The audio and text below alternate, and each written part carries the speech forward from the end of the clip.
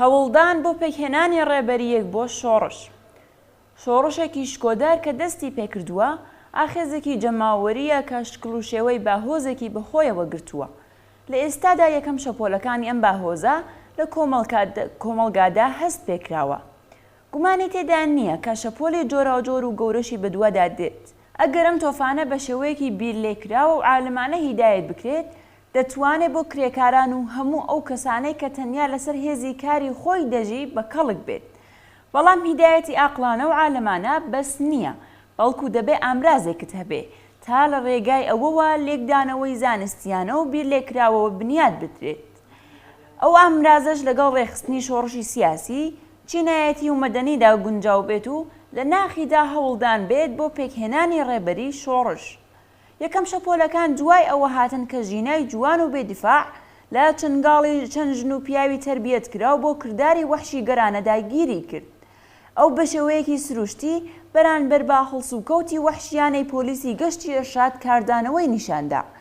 جنایەتکاران بە پێلەقە و باتۆم هێرشیان کردە سەری و سەریان بە شوشتەی شەقامدا کێشا و ئێسکی سەریان شکاند و بوونە هۆی گیان لەدەستانی.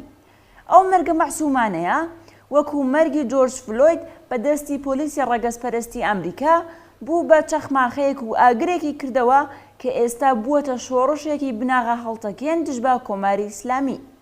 ئەم شۆڕشە ناوەڕۆکێکی چەپگەرایانەی هەیە و خاوەنی خاڵی بەهێز و لاوازیشە کە هەڵسەنگاندنی بە شێوەیەکی عینی و زانستیانە بۆ گەشە و بەسەر کوتگەیاندنی کەڵک و بایەخی زۆرە.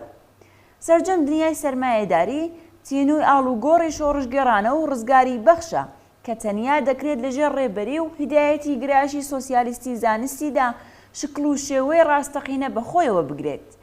ئەم حکومە لەبارەی ئێرانی ژێر حاکمیەتی کۆماری ئیسلامیەوە ڕاستە.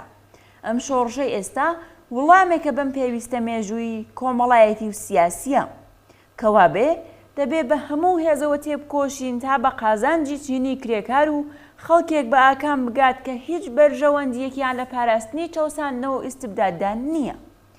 ئەم شۆڕشە لە نێوخۆ و دەرەوەی وڵاتدا هیوا بە ئاڵوگۆڕێکی لازم و پێویستی دروست کردووە. بەڵام گرفتی ئەم زووتنەوە گەورە و شکۆدارەی ئێستا نەبوونی تەشەکولی سەرتاسەری و ناوچەی بەهێز و گونجاوە لەگەڵیدا. ئەم شۆڕشەی ئێستا ئاڵوگۆڕێکی چۆنایەتی لە خەبات و تێکۆشانی دوور و درێژ کا کرێکاران، ژنان، خەباتکارانی لایەنگری پاراستنی ژینگە، چالاکانی مافی مرۆڤ، دادخوازان، هەڵسوڕاوانی دابینبوونی مافەکانی منداڵان و وەزیران دەستیان داوەتێ. لە ناخی ئەم خەباتەدا کۆمەڵێک ڕێکخراو دروست بوون و ڕێبەرانێکیش پەروەردە کراون. بەڵام بۆ ژوازی دژمن و حکوومەتی پارێزەر و خزمەتکاری لا ئێران بەردەوام دەستگای گەورە و بەرینی سەرکوت، تەبلیغی و بۆرۆکراتیکی لە دژی ئەم دوو پێناسە و لایەنە بەکارهێناوە. بەم حاڵەشەوە خەباتی کرێکاری و جەماوەری بەل لەم شۆڕش و ئاخێزەی ئێستا دەری دەخات کە ڕژیمی سەرکوتگەر نەیتوانیوە بە تەواوەتی چینی کرێکار و ئازادی خوازان و بەرابەری تەڵەبەکان لە هەندێک لا ڕێکخراوبوون و ڕێبەری بێبەش بکات. لەم دەورەیەدا کۆمەڵێک دەرفەتی گونجاو بۆ گێڕانی دەور و نەخشێکی وشیارانە و خاوەن پیلانی هەڵسوڕاوانی کۆمونیست فراهەم بووە. نابێ ئەم دەرفەتانە لەدەست بچن. زۆرێک لە شۆڕشگێڕانی کۆمونیست و پێشڕە و لەوەها دەورەیەکدا یەکتر دەدۆزنەوە. بناغەی بتەوترین هاوڕێتیەکانیان کە سەرمایەی جوڵە و حرەکەتەکانی داهاتوون لەو کاتانەدا دادەڕێژرێن. سەرەڕای بەرینی و بەردەوامبوونی ناڕەزایەتیەکان هێشتا ڕێبەریەکە لەلایەن کۆمەڵگاوە قبوڵ کرابێت و وەکو ئالترناتیڤی بارودۆخی ئێستا بێتە مەیدانەوە دروست نەبووە. بەم حاڵەشەوە ئەم خەبات و تێکۆشانە ماتریاڵی ئینسانی شکڵدان بە ڕێبەریەکی ڕادیکاڵ و پێشڕەوی فراهەم کردووە.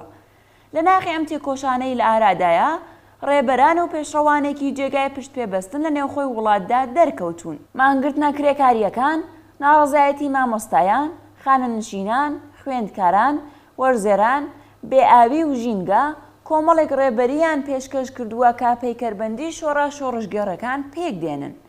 لە ناخی وەها ڕەوتێکدایە کە سەرنجام شۆڕای کاتی و ڕێبەری شۆڕش دروست دەبێت و شکڵ دەگرێت.